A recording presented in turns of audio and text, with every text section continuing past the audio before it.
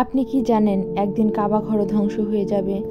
হ্যাঁ, সেই পবিত্র ঘর যাকে ঘিরে প্রতিদিন লাখো মানুষ তাওয়াফ করে, যেখানে মহান আল্লাহ তাআলার আরশের ছায়া পড়ে। একদিন সেটি মাটির সাথে মিশে যাবে। কিন্তু কিভাবে? কে করবে এমন জঘন্য কাজ?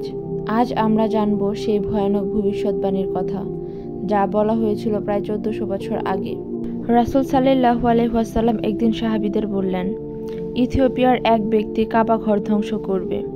তিনি বলেছিলেন, সে হবে সিংহীন, পা পাতলা, কৃষ্ণবর্ণের এক লোক।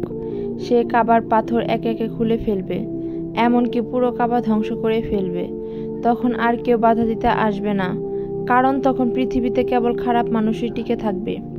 তার এই কথা শুনে সাহাবীরা বিস্ময়ে চুপ হয়ে যান। এত বড় পবিত্র স্থান, যে ঘরকে আল্লাহ নিজে বায়তুল্লাহ বলেছেন, সেই ঘর ধ্বংস হবে?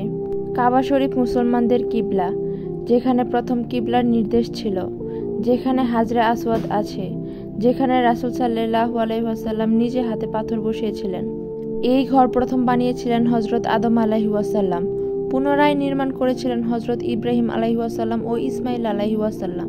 কাবা শরীফ ধ্বংস মানে শুধু একটি ভবন ভাঙা না, বরং সেটি একটি নিদর্শন।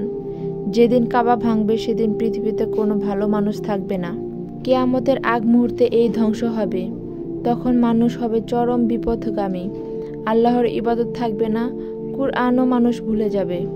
তখন মক্কা হবে পরিত্যক্ত শহর, হজ বন্ধ হয়ে যাবে, কারণ হজ করার মতো কেউ থাকবে না, এমনকি আল্লাহর নামও মানুষ ভুলে যাবে।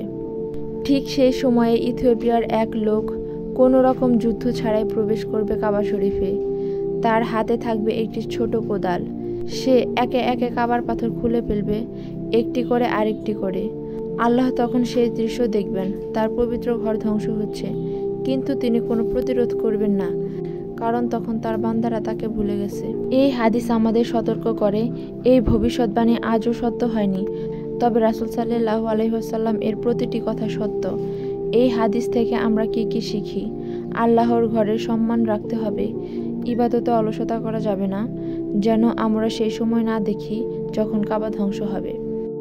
রাসূল সাল্লাল্লাহু আলাইহি ওয়াসাল্লাম বলেছেন, যে কাবার দিকে একবার তাকায় তার জন্য সওয়াব হয়, তবে সেই কাবায় থাকবে না যখন মানুষ আল্লাহকে ভুলে যাবে। এই ভিডিও দেখার পর একবার চোখ বন্ধ করে কল্পনা করুন, পৃথিবী নীরব, আকাশের নিচে পড়ে আছে কাবা ঘরের ধ্বংসাবশেষ। নেই কোনো আজান, নেই কোনো নামাজ, শুধু শয়তানের উৎসব। তবে আল্লাহর রহমত এখনো আছে, আপনি ও আমি এখনো বেঁচে আছি, আমরা এখনো সময় পেয়েছি। আসুন আমরা ফিরে আসি আল্লাহর দিকে, তওবা করি, আর অন্তত প্রতিদিন একবার বলি, হে আল্লাহ, আমাকে সেই দিনের পূর্বে নিয়ে নাও যেদিন তোমার ঘর ভেঙে পড়বে। যদি ভিডিওটি ভালো লাগে তাহলে লাইক, কমেন্ট, শেয়ার আর সাবস্ক্রাইব করে রাখবেন।